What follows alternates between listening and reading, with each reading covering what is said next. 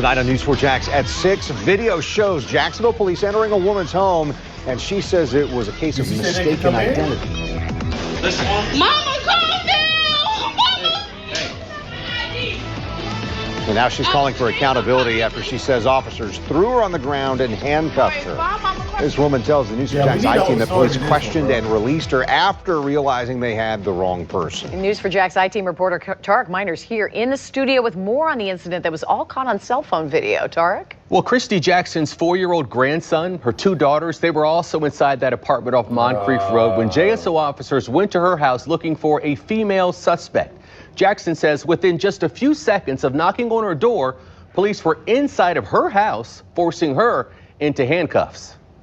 What's going on? What's going on? See, I wish they had caught camera evidence or film before, like the actual conversation before, because then we could get, did she invite them in or what? Like concrete, hard evidence of a Fourth Amendment violation. But that could be part of the lawsuit. Into handcuffs.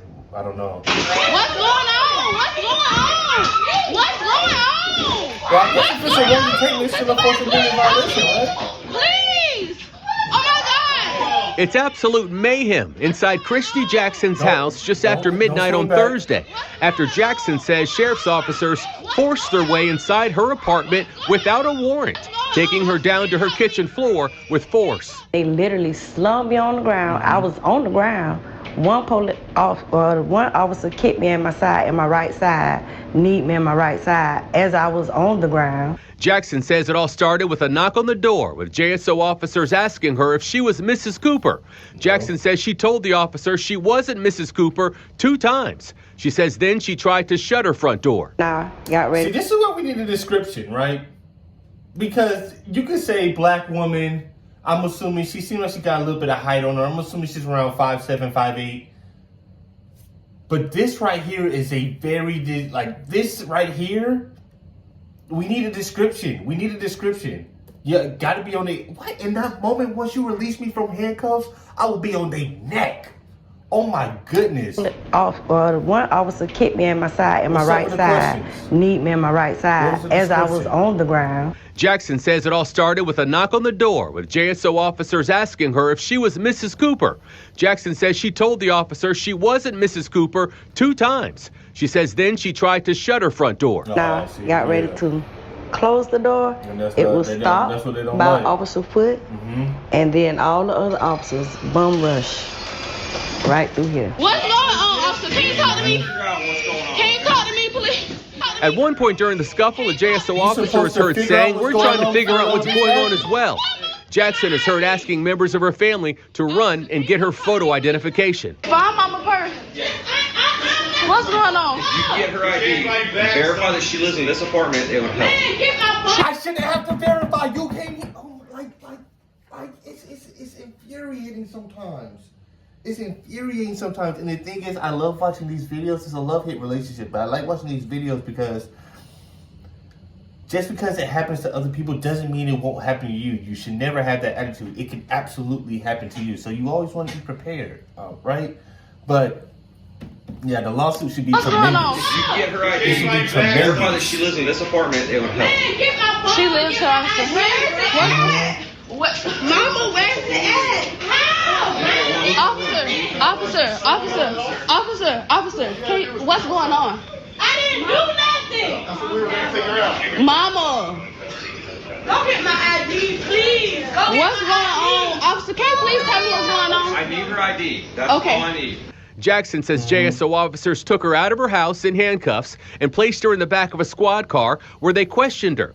She says officers didn't read her rights or tell her why she was being detained. Here's what she noticed inside of the police officer's squad car. Once I got inside the car, I'm looking and they got 4 pictures of this person that they're looking for. And out of all 4 pictures, we don't look skin color not alike, hair color not alike. Hers is more red, mine is more orange. Jackson says 30 minutes later, police... All they needed was black women. Black women around a certain type of height, that was it. That was it. Your hair is more orange and her hair may be more red, but as soon as you get black women around that height demographic, that's it. That's it. All 4 pictures, we don't look skin color not alike, hair color not alike. Hers is more red, mine is more orange. Jackson says 30 minutes later, police let her go and told her it was a case of mistaken identity because of her hair color. She says one JSO officer said he was sorry, but she says her family is still traumatized by what happened in their own home. But they stop it. They stop brutalizing people like they're doing.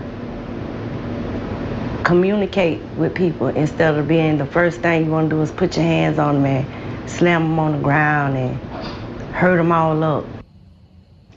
We had a lot of questions. News4Jax asked the sheriff's office, so what happened in that video? We asked specifically, what was Sheriff TK Waters' response after viewing that video? We also asked for an interview with the sheriff. No response. The sheriff declined the interview. A spokesperson for the sheriff's office responded saying that this incident is now being administratively reviewed. Therefore, we are unable to comment on the incident while that review is ongoing. We will have more on this developing story in the coming days.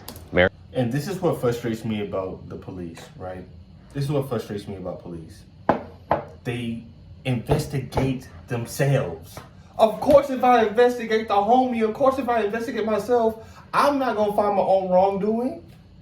And then I feel like if we are forcing athletes, who really cares what athletes, in the grand scheme of things, we don't really care about the athlete's thought process and things going on after the game, their post-game conferences, right? But we fine them if they don't speak to us. We fine them. Why don't we do the police the same way? Give them the option. Hey, so-and-so incident happened. Have a statement.